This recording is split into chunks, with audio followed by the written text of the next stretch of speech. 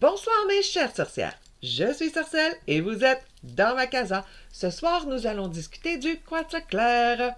Le quartz clair est un magnifique cristal translucide. Il est aussi appelé cristal de roche. Mais je trouve que ça ne lui rend pas justice. Alors, nous allons l'appeler quartz clair. Je l'ai ici en crayon, voilà, ou ma façon à moi que j'adore le porter en vague, juste ici.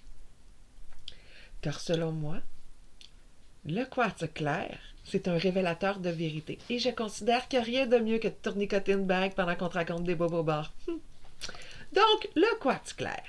Il est reconnu pour être un amplificateur de spiritualité. Il introduit aussi des pensées claires, nettes et précises dans l'esprit et le cœur.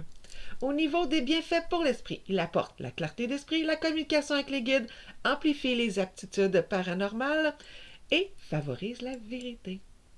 En mythologie, on la connaît en mythologie égyptienne, romaine, australienne et grecque. Et les Grecs d'ailleurs l'appelaient cristallos, glace perpétuelle. Au niveau des chakras, elle est bonne pour tous les chakras, mais préfère le coronal. Au niveau des dieux, je ne connais pas de dieu attitré spécifiquement au quartz clair. Par contre, elle représente les civilisations perdues ou cachées. Au niveau de l'astrologie, elle est bonne pour tous les signes. Un nettoyeur pour le nettoyer, très simple, eau courante. La recharger, amas de sel rose ou de quartz. Comment la porter? Bijoux, objet décoratif, elle est bonne, peu importe comment on l'utilise, tant qu'on l'utilise bien. Il faut vraiment lui donner une mission. Principale provenance. Et le quartz clair, on peut le trouver aux quatre coins de la planète. La principale provenance, Brésil, Italie, Australie, Mexique, Canada. Et même au Québec. Regardez autour de vous. Gardez l'œil ouvert, vous allez en trouver, c'est sûr.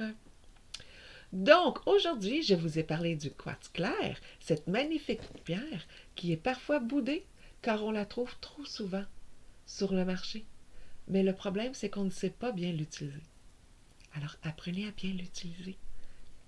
Ça peut être un très bon allié, surtout en affaires, je vous le dis.